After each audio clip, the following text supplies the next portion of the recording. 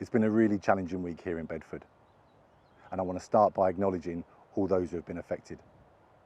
Those who have been injured, those who witnessed the incident, and the family, loved ones and colleagues of Sean Burton, the EMR train driver who tragically lost his life. We're truly sorry this has happened on our railway.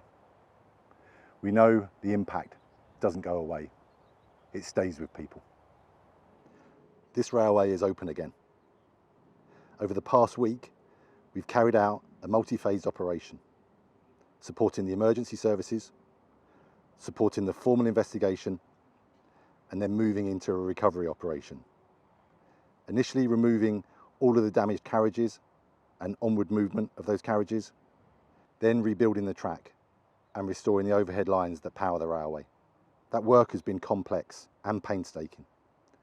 And at times, we've had to slow things down or pause completely so investigators could gather the evidence they need to understand exactly what happened.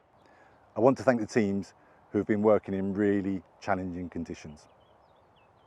It's been really hot, up to 35 degrees. That's a challenging environment to work in. We've brought teams from lots of different organisations together to act as one big team or as a system on something really important. I couldn't be prouder. I also want to thank passengers for their continued patience. We know how disruptive this has been for you.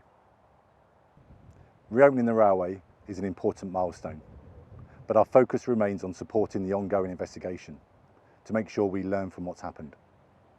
Now though, services are running and we're committed to running a safe and reliable railway.